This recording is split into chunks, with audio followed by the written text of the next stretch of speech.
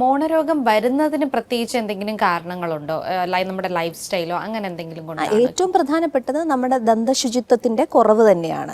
ഇപ്പൊ കൃത്യമായി രാവിലെയും വൈകുന്നേരവും നമ്മൾ പല്ല് വൃത്തിയായി തേക്കുക കൂടുതലായിട്ടും. പക്ഷേ സാധാരണ നമ്മൾ കാണുന്ന മോണരോഗം ഒരു 30 വയസ്സിന് ശേഷം ആണ് കണ്ടു തുടങ്ങുന്നത്. അപ്പം പ്രമേഹ രോഗികളിലും അധികമായിട്ട് കണ്ടുവരുന്ന ഒരു പ്രശ്നമാണ് ഈ മോണരോഗവും അതിനോടനുബന്ധിച്ച വായ്നാറ്റവും. ഡോക്ടർ ടോക്കിങ്ങിൽ ഇന്ന് സംസാരിക്കുന്നത് മോണരോഗത്തെക്കുറിച്ചാണ്.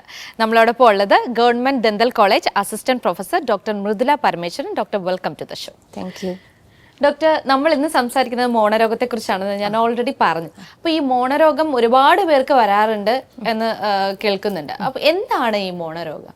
മോണരോഗം എന്ന് പറയുന്നത് നമ്മുടെ പല്ലിനെ ആങ്കർ ചെയ്ത് നിർത്തുന്ന കുറച്ച് കോശങ്ങൾ, ടിഷ്യൂസ് ഉണ്ട്. അപ്പം പ്രധാനമായിട്ടും നമ്മൾ കാണുന്ന ഗംസ്, അതിൻ്റെ താഴെ ഉള്ള ചില പേശികളുണ്ട്, അതിൻ്റെ താഴെ എല്ല്, ഇത്രയും ഭാഗമാണ് നമ്മുടെ പല്ലിനെ ഉറപ്പിച്ച് നിർത്തുന്നത് ആ എല്ലിലേക്ക്. അപ്പം ഇതിലേതിനെങ്കിലും ഒന്നിന് അല്ലെങ്കിൽ ഇതിനെല്ലാത്തിനും രോഗം വന്നു തുടങ്ങുമ്പോൾ അതിനെയാണ് നമ്മൾ മോണരോഗം എന്ന് പറയുന്നത്.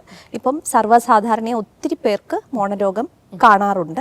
അപ്പോൾ ഇത് വളരെ ഗുരുതരമായി നമ്മൾ കണക്കാക്കേണ്ട ഒരു രോഗം തന്നെയാണ്. കാരണം ഇതിന് നമ്മുടെ ഹൃദയത്തെയും അതുപോലെ ശ്വാസകോശത്തെയും മറ്റ് അവയവങ്ങളെയും ഒക്കെ ബാധിക്കാനുള്ള, മറ്റ് അസുഖങ്ങൾ ഉണ്ടാക്കാനുള്ള കാരണം ഒരു പക്ഷേ മോണരോഗം കാരണം ഉണ്ടാകുന്ന അണുബാധയായിരിക്കാം. അപ്പം അങ്ങനെ ഒരു പ്രശ്നം കൂടി ഉണ്ട്. അപ്പം അതുകൊണ്ട് തന്നെ മോണരോഗം ചികിത്സിക്കേണ്ടത് വളരെ ഇമ്പോർട്ടൻ്റ് ആയിട്ടുള്ള ഒരു കാര്യമാണ്. ഓക്കെ. ഈ മോണരോഗം വരുന്നതിന് പ്രത്യേകിച്ച് എന്തെങ്കിലും കാരണങ്ങളുണ്ടോ? നമ്മുടെ ലൈഫ് സ്റ്റൈലോ അങ്ങനെ എന്തെങ്കിലും കൊണ്ടാണോ? ഏറ്റവും പ്രധാനപ്പെട്ടത് നമ്മുടെ ദന്തശുചിത്വത്തിന്റെ കുറവ് തന്നെയാണ്. ഇപ്പൊ കൃത്യമായി രാവിലെയും വൈകുന്നേരവും നമ്മൾ പല്ല് വൃത്തിയായി തേക്കുക. അത് തേക്കുമ്പോൾ നമ്മളെല്ലാവരും പല്ല് തേക്കുന്നുണ്ട്, അത് ശരിയായ രീതിയിൽ പല്ല് തേക്കുക. അതായത് എപ്പോഴും മോണയ്ക്കും പല്ലിനും ഇടയ്ക്കുള്ള ഭാഗത്താണ് ആദ്യമായിട്ട് അഴുക്ക് അടിഞ്ഞുകൂടിയിട്ട് പിന്നെ അത് പ്രോഗ്രസ് ചെയ്ത് ആ ഭാഗം ക്ലീൻ ആവാതിരിക്കുമ്പോൾ പ്രോഗ്രസ് ചെയ്ത് മോണരോഗത്തിലേക്ക് പോകുന്നത്. അപ്പോൾ കൃത്യമായ ദന്തശുചിത്വം പാലിക്കുക എന്നുള്ളതാണ്. രാവിലെയും വൈകിട്ടും നന്നായിട്ട് ബ്രഷ് ചെയ്യുക. അത് മോണയിൽ നിന്ന് പല്ലിൻ്റെ ഭാഗത്തേക്ക്, അവിടെയാണ് ഈ അഴുക്കടിഞ്ഞിരിക്കുന്നത്. അത് ഒത്തിരി ബലത്തിൽ ബ്രഷ് ചെയ്യണമെന്നുമില്ല, വളരെ സോഫ്റ്റ് ടൂത്ത് ബ്രഷ് ഉപയോഗിച്ച് മൃദുവായിട്ട് ബ്രഷ് ചെയ്യുക. പിന്നെ 6 മാസത്തിലൊരിക്കൽ നമ്മളൊരു ദന്താരോഗ്യ വിദഗ്ധനെ കണ്ട് പ്രൊഫഷണൽ ക്ലീനിങ് അല്ലെങ്കിൽ സ്കെയിലിംഗ് ചെയ്യിക്കേണ്ടതുണ്ട്. ഇതാണ് പ്രധാനമായും ചെയ്യേണ്ടത്.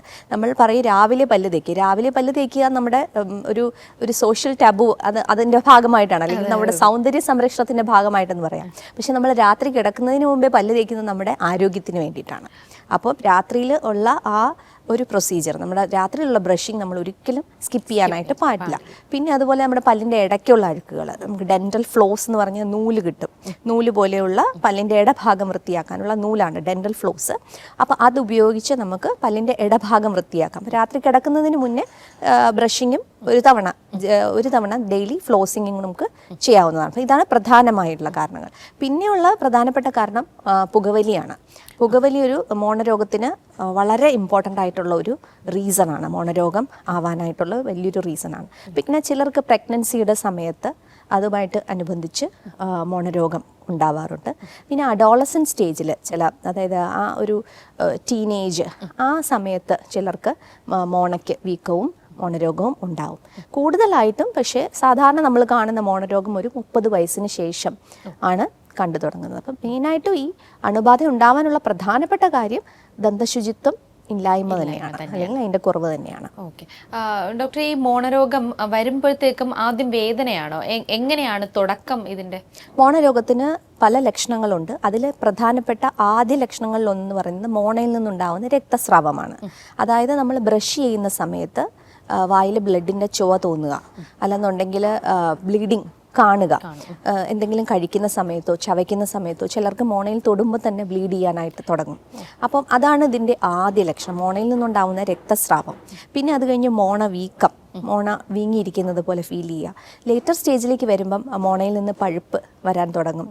പല്ലുകൾക്കിടയിൽ ഉണ്ടാകുന്ന അകലം, അതായത് ഇത്രയും നാളുണ്ടായിരുന്നില്ല, ഒരു റീസെൻ്റ്ലി കുറച്ച് മാസങ്ങളായിട്ട് പല്ലുകൾക്കിടയിൽ അകലം ഉണ്ടായി തുടങ്ങുക. അതും പ്രധാനപ്പെട്ട ഒരു ലക്ഷണമാണ്. ലേറ്റസ്റ്റ് സ്റ്റേജിലേക്ക് വരുമ്പം പല്ല് ആടി തുടങ്ങുന്നു, അതായത് എല്ലിലേക്ക് ബാധിച്ചു തുടങ്ങുമ്പോഴത്തേനും പല്ല് ആടി തുടങ്ങുന്നു. ഫൈനലി അത് നമ്മളൊന്നും ചെയ്തിട്ടില്ല എന്നുണ്ടെങ്കിൽ പല്ല് കൊഴിഞ്ഞു പോവുകയും ചെയ്യും. Okay okay. അപ്പം ഈ ആദ്യത്തെ സ്റ്റേജിൽ തന്നെ നമുക്ക് ഡോക്ടറിനെ കണ്ടിട്ട് ഇതിന് വേണ്ടിയിട്ടുള്ള മെഡിസിൻസ് എടുക്കണം എന്നാണോ? ഇത് നമുക്ക് പൂർണ്ണമായിട്ടും ഇത് ചികിത്സിച്ച് മാറ്റാൻ കഴിയും ആദ്യത്തെ സ്റ്റേജിൽ. ആദ്യത്തെ സ്റ്റേജ് എന്ന് പറയുന്നത് മിക്കവാറും ഈ മോണ വീക്കം അല്ലെങ്കിൽ ജിഞ്ചിവൈറ്റിസ് എന്ന് പറയും. നമ്മൾ മുകളിൽ കാണുന്ന പല്ലിൻ്റെയും ആ മോണയുടെ ഇടയ്ക്കുള്ള ഭാഗത്ത് വീക്കം പോലെ വരുന്നത്. അത് നമുക്ക് ഇനിഷ്യൽ സ്റ്റേജിൽ ഡോക്ടറിനെ കണ്ട് ചിലപ്പോൾ ഒരു ഡീപ്പ് ക്ലീനിങ്ങിൽ കൂടെ തന്നെ, പിന്നെ ഡോക്ടർ പ്രിസ്ക്രൈബ് ചെയ്യുന്ന മൗത്ത് വാഷ്, പിന്നെ ബ്ലീഡിംഗ് ഉണ്ടെന്നുണ്ടെങ്കിൽ അതിനുവേണ്ടി ആസ്ട്രിഞ്ചൻ്റ് ആയിട്ടുള്ള ടോപ്പിക്കലായിട്ട് നമുക്ക് അപ്ലൈ ചെയ്യാൻ പറ്റുന്ന ക്രീംസ്, ജെൽസ് അവൈലബിൾ ആണ്. അപ്പോൾ അതൊക്കെ കൊണ്ട് തന്നെ പിന്നെ കൃത്യമായ ദന്തശുചിത്വം. ഈ ക്രീംസ് ഒക്കെ രാത്രി നമുക്ക് ഉറങ്ങാൻ നേരത്തെ അപ്പോഴാണ് അല്ല, ആസ്ട്രിഞ്ചൻ ക്രീംസ് നമ്മൾ ഒരു 10 മിനിറ്റ് കഴിഞ്ഞ് കഴുകി കളയണം. അതായത് ഈ ബോണയിൽ നിന്നുള്ള രക്തസ്രാവം കുറയ്ക്കാൻ വേണ്ടിയിട്ടുള്ളതാണ്. പിന്നെ ലേറ്റർ സ്റ്റേജിലേക്ക് വരുമ്പോൾ പെരിഡോണ്ടൈറ്റിസ് ആയി മാറുന്നു. അതായത് മോണയിൽ നിന്നുള്ള പഴുപ്പ് കുറച്ചും കൂടി ഉള്ളിലേക്ക് ആയി കഴിയുമ്പോഴത്തേനും. അപ്പോൾ ആ സ്റ്റേജിലും ഈ പറഞ്ഞ പോലെ നമ്മൾ ആ സ്റ്റേജിലാണ് ഡയഗ്നോസ് ചെയ്യുന്നതെങ്കിൽ നമ്മൾ ദന്താരോഗ്യ വിദഗ്ധനെ കാണേണ്ടതുണ്ട്. അപ്പോൾ ചിലപ്പോൾ നമുക്ക് ഇതുപോലെ ഡീപ്പ് ക്ലീനിങ്ങും റൂട്ട് ക്ലീനിങ് എന്ന് പറയുന്നത് പല്ലിൻ്റെ വേരിലേക്ക് ക്ലീൻ ചെയ്യുക, അങ്ങനെയുള്ള പ്രൊസീജിയേഴ്സും ചിലപ്പോൾ ചെയ്യേണ്ടി വരാം. പക്ഷേ നമുക്കത് പ്രിവെൻറ്റ് ചെയ്യാൻ പറ്റുന്നതാണ്, ചികിത്സിക്കാനും പറ്റുന്നതാണ്. പക്ഷേ ലേറ്റർ സ്റ്റേജിലേക്കായി പല്ല് നന്നായിട്ട് ആടി തുടങ്ങി കഴിഞ്ഞു കഴിഞ്ഞാൽ ഒരു പക്ഷേ നമുക്കൊന്നും ചെയ്യാൻ പറ്റാതെ വന്നേക്കാം. ഓക്കെ. എന്നാലും പക്ഷേ ഈ ഒരു മോണരോഗം ഉണ്ടല്ലോ, ഇത് ആടിക്കഴിഞ്ഞു പല്ല് പോയി എന്നിരുന്നാൽ പിന്നീട് പല്ല് പോയിരുന്നാലും ബാക്കി മോണയ്ക്ക് കുറച്ചുകൂടി സ്ട്രെങ്ത് കിട്ടാൻ വേണ്ടിയിട്ടുള്ള ചികിത്സ ഒരുപാട് ട്രീറ്റ്മെന്റ്സ് അവൈലബിൾ ആണ്. അതായത് ഇപ്പം ബാക്കിയുള്ള ഭാഗത്ത് നമുക്ക് എക്സ്റേ എടുത്ത് നോക്കിയാൽ അറിയാം എന്തുമാത്രം ബോൺ ലോസ്, എല്ല് പോയിട്ടുണ്ടെന്നുള്ളതനുസരിച്ച് ഇപ്പം നമുക്ക് different types of surgeries available ആണ്. ഫ്ലാപ്പ് സർജറി, മോണയുടെ സർജറികൾ അവൈലബിൾ ആണ്. ഗ്രാഫ്റ്റുകളുണ്ട്, അതായത് എല്ലിനെ കുറച്ചും കൂടി പുനർജീവിപ്പിക്കാനുള്ള മെറ്റീരിയൽസ് ഉപയോഗിച്ചുള്ള ശസ്ത്രക്രിയ. അപ്പം അത് അവൈലബിൾ ആണ്. അപ്പം അത്രയും കോംപ്ലക്സ് ആയിട്ടുള്ള ട്രീറ്റ്മെന്റ്സും ഉണ്ട്.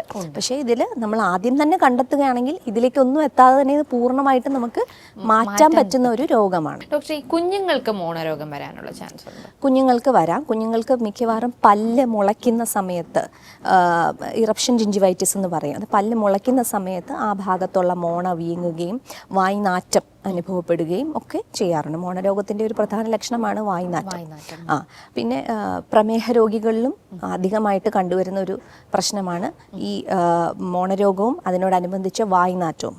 അപ്പോൾ ഈ കുട്ടികളിൽ വരുന്നത് ഇറപ്ഷൻ ജിഞ്ചിവൈറ്റിസ്, ആ മോണ വീങ്ങിയിരിക്കുക, പല്ല് വരുന്ന സമയത്തുള്ള ആ ഭാഗത്തെ മോണ വീങ്ങി നല്ലതായിട്ട് കൃത്യമായിട്ട് നമ്മൾ ഡോക്ടറിനെ കൊണ്ട് ക്ലീൻ ചെയ്യിപ്പിച്ചിട്ടില്ല എന്നുണ്ടെങ്കിൽ മോണയ്ക്ക് നല്ല വീക്കവും വേദനയും ഇതുപോലെ ഞാൻ പറഞ്ഞ പോലെ മോണയിൽ നിന്ന് ബ്ലീഡിങ്ങും ഒക്കെ വരാൻ ചാൻസ് ഉണ്ട്. ഓക്കെ.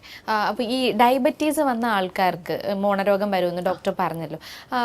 അങ്ങനെ വരുന്ന അവർക്ക് എങ്ങനെയാണ് ട്രീറ്റ്മെൻറ്റ് കൊടുക്കാറുള്ളത്? ഡയബറ്റീസ്, പ്രമേഹം ഒരു പ്രധാനപ്പെട്ട ഒരു കാരണമാണ് മോണരോഗത്തിന്. കാരണം എന്താ വെച്ചാൽ രക്തത്തിൽ ഗ്ലൂക്കോസിൻ്റെ അളവ് വളരെ കൂടുന്നത് കൊണ്ട് തന്നെ അപ്പോൾ നമ്മുടെ വായ്ക്കകത്തുള്ള ബാക്ടീരിയയുടെ എണ്ണവും ഗണ്യമായി വർദ്ധിക്കുന്നു.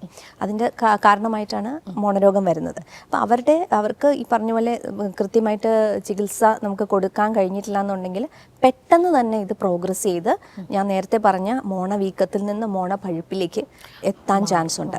അപ്പോൾ ഡയബറ്റീസ് ഉള്ളവർ പ്രത്യേകം ശ്രദ്ധിക്കണം. മോണരോഗത്തിൻ്റെ ആദ്യ ലക്ഷണങ്ങൾ വന്നാൽ തന്നെ അപ്പം തന്നെ നിങ്ങൾ ഒരു ദന്താരോഗ്യ വിദഗ്ധനെ കാണണം. ഡയബറ്റീസ് കൺട്രോളിലാക്കുക എന്നുള്ളതാണ് ആദ്യം ചെയ്യേണ്ട കാര്യം.